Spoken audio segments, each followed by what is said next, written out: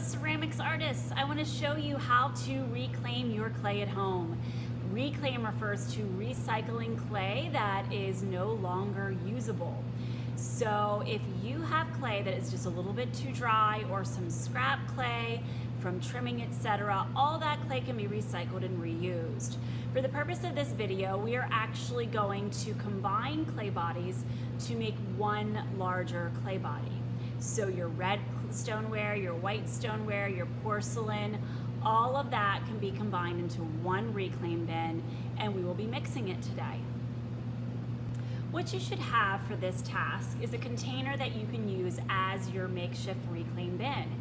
It can be a bucket that's around the house or a recycled yogurt container, like I always have plenty of in our household. So I have my dried out bag of clay here. I have some large chunks that I'm going to show you how to break down. You don't want to try to drop a chunk this large into your container because it's just going to take longer to break down. Again, you can combine your different stoneware colors as well as porcelain, just mix it all in. So I'm going to direct the camera down for you, and you can see I have a chunk of clay here and I have my trusty hammer. So I'm just going to slam that block with my hammer and I'm going to break it down into smaller chunks. If you have a bag of scrap clay that is still a little bit leather hard, or has some dampness to it, I recommend popping that bag open and really letting that clay dry out. It breaks down a lot more evenly in the reclaim process actually if it goes in bone dry. So here is my shattered, ready to reclaim bone dry white stoneware. And I also have a couple red stoneware scraps laying around. So you're going to take your container and you're going to fill that container all the way to the rim with your red and white stoneware scraps. So once you are filled to the rim, and you want to fill it all the way up to the rim, you're going to take some water and you're going to dump that water in to the container, and you're going to fill that container only about halfway. So if the amount of clay you have at home only fills the container halfway, then that means you're only going to use a quarter of the water in the container. So I have a full container here, so I have filled the container halfway, and you will, in a matter of an hour, start to see that clay breaking down. This is a container of clay that I started breaking down yesterday, and it was filled to the rim. And you can see how nice and evenly that is breaking down. I did have to go back once all the water was absorbed in the clay and add just a tiny bit more water. And I'll show you what that looks like in a moment. But while my clay is sitting, I'm going to use a little piece of cling wrap or a plastic bag to cover that container to really lock in the moisture. Now that my reclaim has started to break down a bit after soaking in about a half of a container of warm water, you can see that it is much lower now. I need to add a bit more water. There's no water remaining. There's soft clay underneath that has effectively reclaimed, but I need to add more water to break down the rest of this firm clay. So you saw that I just added a tiny bit of clay there. I'm going to cover this up with plastic again and let this continue to absorb. Now let me show you where we're at with this. After I let that reclaim bin sit for a little while, about an hour, it continued to break down, and the reclaim is about ready for our next step. You can see there's a little bit of excess water, but this clay is definitely all broken down in the reclaim cycle. So now what I'm going to do, I'm going to direct the camera down so you can see okay. And I'm going to just take a fork. You could use a spatula for this, whatever you can use to really thoroughly mix that clay. You want that clay as even in consistency as possible. So take a little time to really thoroughly mix. You can even get your hands down in there and mix it by hand if you would like. That's absolutely fine. Now, if you have a situation where you have a little bit too much water in your reclaim, and you can see that I have that with this reclaim bin, I'm just going to dump that excess water right off of the surface.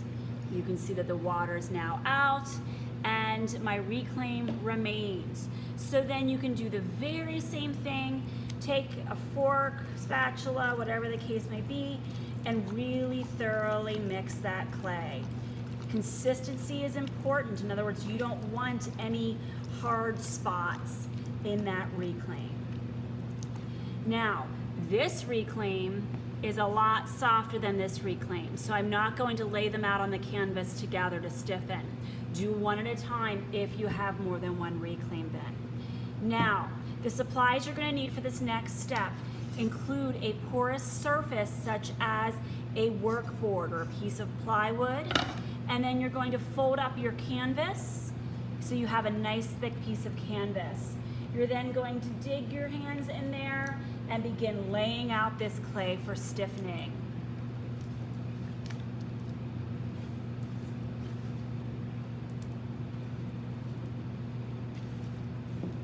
You may slightly spread the clay out. Do not spread it too thin. I would say about 2 inches in thickness is ideal. So now your reclaim is ready to stiffen for a little while. Now, the question becomes, how long do I let this clay out to stiffen? Well, that really depends upon the heating of your home and what the humidity level is right now. So what I suggest you do is lay it out in the morning when you're going to be around and check in on it frequently, because you're going to come back and begin to wedge it as it stiffens to continue to mix the clay. And then after some wedging, you're going to see we're going to slowly have some usable clay emerge.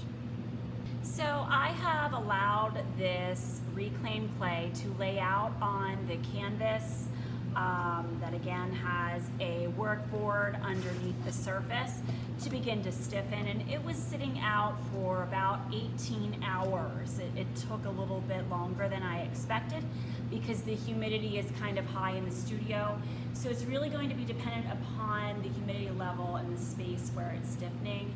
So please be sure to check in on it. You want to make sure it does not get too hard to be wedgeable. At the time that I caught it, I had to go right into teaching some other classes, so I actually covered it with a little bit of plastic wrap so that it wouldn't stiffen anymore. So now it's ready to finally wedge, and I'm going to direct the camera down so you can see how it looks when it's ready to wedge. Okay, so I'm going to pull this shrink wrap off of there. It should easily pull up off of the canvas. It's super sticky under here, but a little harder on the surface, so it's going to need quite a bit of wedging. I'm going to go ahead and open up this canvas a little bit to have a much larger wedging surface. And I usually get the canvas to stay in place by kind of leaning against it with my hip, and then you can go ahead and begin to bull's head and wedge the clay. It might need a little bit more time to sit out and stiffen. You can see that it's still quite tacky. It's covering my hands, but this wedging right now is super important. Otherwise, you're going to have a really hard surface with a very soft center, and you don't want that. So really take the time to thoroughly wedge this clay, and then you will, in the end of it, have some nice workable clay.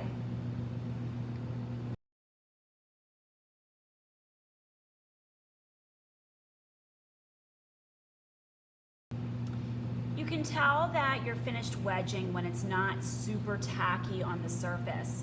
So I really took my time wedging this. I easily wedged this 100+ times. I've probably been wedging about 5 minutes to get it to be a little bit less tacky, more workable. I also moved it around the canvas to find dry areas to wedge. So I now have clay that I'm ready to bag, that I will be ready for the next concept. And you're going to continue this reclaiming process throughout the rest of the year so that you have workable clay. So now you're going to be ready to start again, where you take that yogurt container, you don't need to wash it out or anything, it can be dirty. Throw that dry clay in there, fill it halfway with warm water, and begin your process all over again.